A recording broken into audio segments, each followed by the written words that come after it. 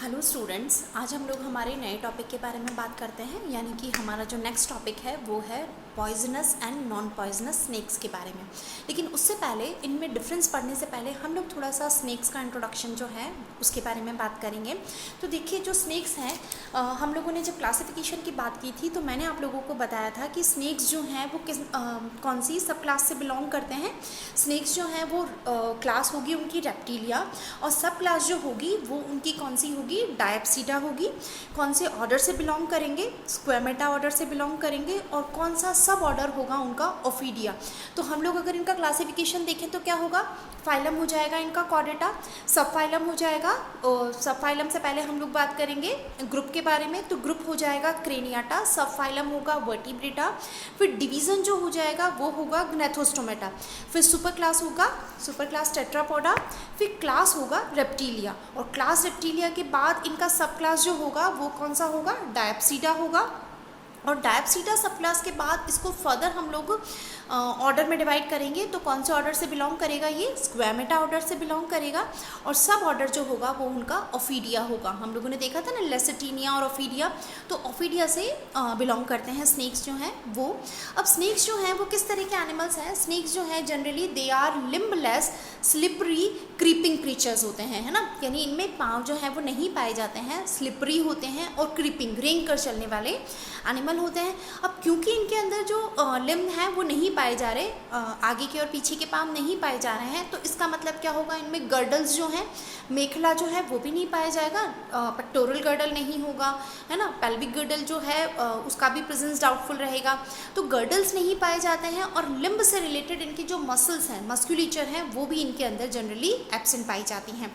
इसके अलावा जो स्नेक्स हैं they have no external ear opening, tympanic membranes भी नहीं, even eustachian canals and middle ear cavities, it is also absent in the snakes.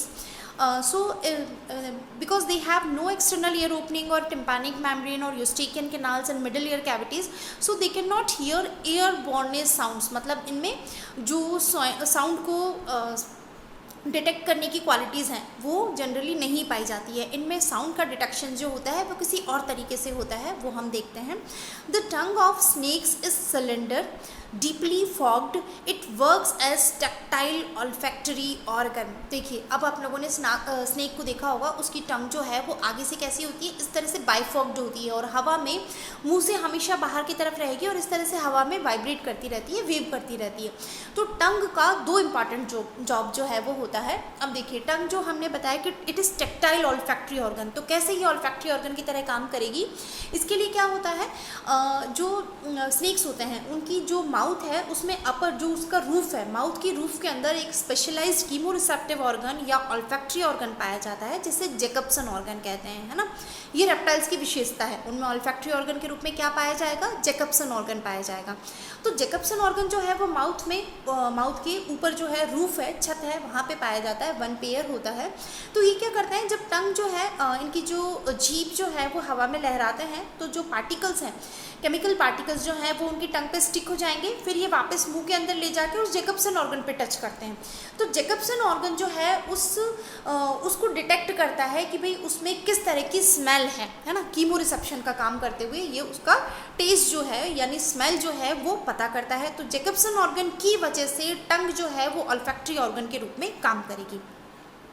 इसके अलावा देखिए, जो टंग ऑफ स्नेक्स हैं, it is probably also serve as auditory organ for picking up sound vibrations from earth. हमने बताया क्योंकि इसके external ear opening और टिम्पैनिक मेम्ब्रेन और जो मिडल ईयर कैविटीज़ हैं वो जनरली इनके अंदर एब्सेंट होती है, नहीं पाई जाती हैं। तो ये जो साउंड की वाइब्रेशन है, एयरबॉर्न वाइब्रेशंस हैं, वो किस तरह से डिटेक्ट करते हैं, with the help of their tactile tongue, tongue के द्वारा ही डिटेक्शन होता है।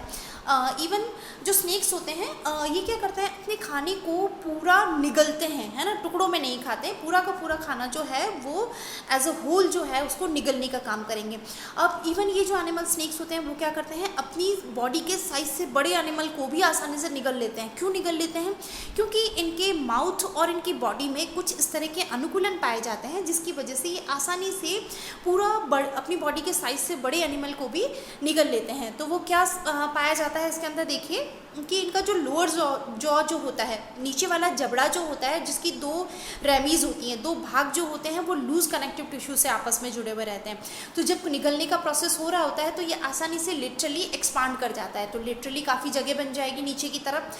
दूसरा इसके अंदर क्या पाया जाता है, पेक्टोरल गर्डल जो होता है वो एब्सेंट होता है। अब पेक्टोरल गर्डल भी नहीं पाया जा रहा तो उसका स्पेस जो है वो भी काम आ जाएगा। उसके अलावा इनके अंदर क्या होगा, स्टर्नम नहीं पाया जाता। अब स्टर्नम नहीं पाया जाएगा तो रिब्स जो हैं जनरली क्या होता है, स्टर्नम से जुड़ी हुई रहती है और रिब केज बनाती है। तो स्टर्नम नहीं पाया जा रहा है तो क्या हो जाएगा, रिब्स जो हैं वो फ्री रहेगी, तो आसानी से उसको पुश किया जा सकेगा। जो भी वो खाना खा रहा है वो आसानी से बड़ी जो कैविटी है, माउथ कैविटी बन जाएगी और खाने को निगला जाएगा।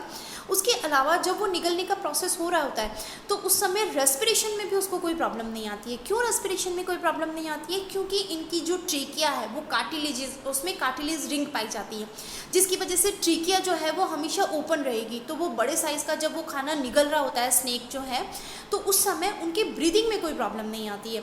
चौथा जो उनके अंदर अनुकूलन होता है वो क्या होता है कि इनके जो टीथ होते हैं वो पॉइंटेड होते हैं, शार्प होते हैं और कर्व्ड होते हैं, अंदर की तरफ मुड़े हुए होते हैं। तो क्या होता है, जब निगलने का प्रोसेस हो रहा होता है तो दांत उस प्रे के अंदर धंस जाते हैं और उसको वापस बाहर स्लिप होने से रोकने का काम करते हैं।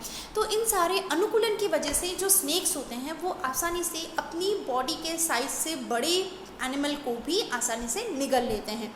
तो ये तो बात हुई इनके कुछ कैरेक्टर्स के बारे में। अब हम लोग बात करें कि जो पॉइजनस स्नेक होते हैं उनके अंदर एक पॉइजन ग्लैंड या पॉइजन एपरेटस पाया जाता है, और ये जो पॉइजन एपरेटस होता है वो जनरली नॉन पॉइजनस स्नेक्स के अंदर एब्सेंट होगा।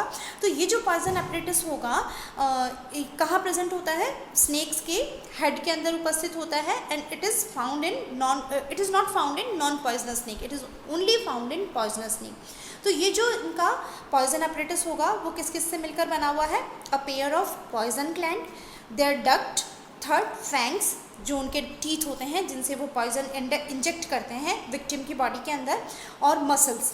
तो कौन कौन से, पॉइजन एपरेटस में 4 पार्ट होंगे, पॉइजन ग्लैंड होगी, 1 पेयर ऑफ पॉइजन ग्लैंड, उस पॉइजन ग्लैंड से पॉइजन को ले जाने के लिए डक्ट पाई जाएगी, फैंग्स पाए जाएंगे, और तीसरा होगा उसमें मसल्स पाई जाएगी। तो इस तरह से इसमें पॉइजन एपरेटस होता है। अब पॉइजन ग्लैंड की अगर अपन बात करें तो पॉइजन ग्लैंड जो होती है it is two sac like poison gland situated on either side of their upper jaw. जो अपर जॉ है उसके दोनों तरफ जो है 1 पेयर ऑफ पॉइजन ग्लैंड जो है वो पाई जाती है, and these poison glands are actually modified superior labial और we can say parotid gland. किनका मॉडिफिकेशन है पॉइजन ग्लैंड, सुपीरियर लेबियल का या फिर पैरोटिड ग्लैंड का मॉडिफिकेशन होता है, and each gland is thickly encapsulated with fibrous connective tissue and mostly covered by fan-shaped constrictor muscles often referred as temporal or masseter। यानी ये जो इनका पॉइजन ग्लैंड है वो किससे कवर्ड रहता है, it is thickly encapsulated with fibrous connective tissue, यानी इनकी ग्लैंड के चारों तरफ एक फाइब्रस कनेक्टिव टिश्यू की कवरिंग पाई जाती है, और उसमें मसल्स पाई जाती हैं जिन्हें हम कहेंगे टेम्पोरल मसल्स और मेसेटर मसल्स। ये मेसेटर मसल्स और टेम्पोरल मसल्स की स्क्वीजिंग की वजह से, उनकी कंस्ट्रक्शन की वजह से पॉइजन ग्लैंड जो है वो कंस्ट्रिक्ट होगी और अपना पॉइजन कहाँ पोर करेगी, पॉइजन डक्ट के अंदर, है ना, उसके थ्रू। फिर आता है पॉइजन डक्ट। तो a narrow poison duct leads anteriorly from each poison gland to the base of fangs. कहाँ लेके जाएगी, जो डक्ट होती है वो पॉइजन ग्लैंड से पॉइजन को फैंग्स तक पहुँचाती है।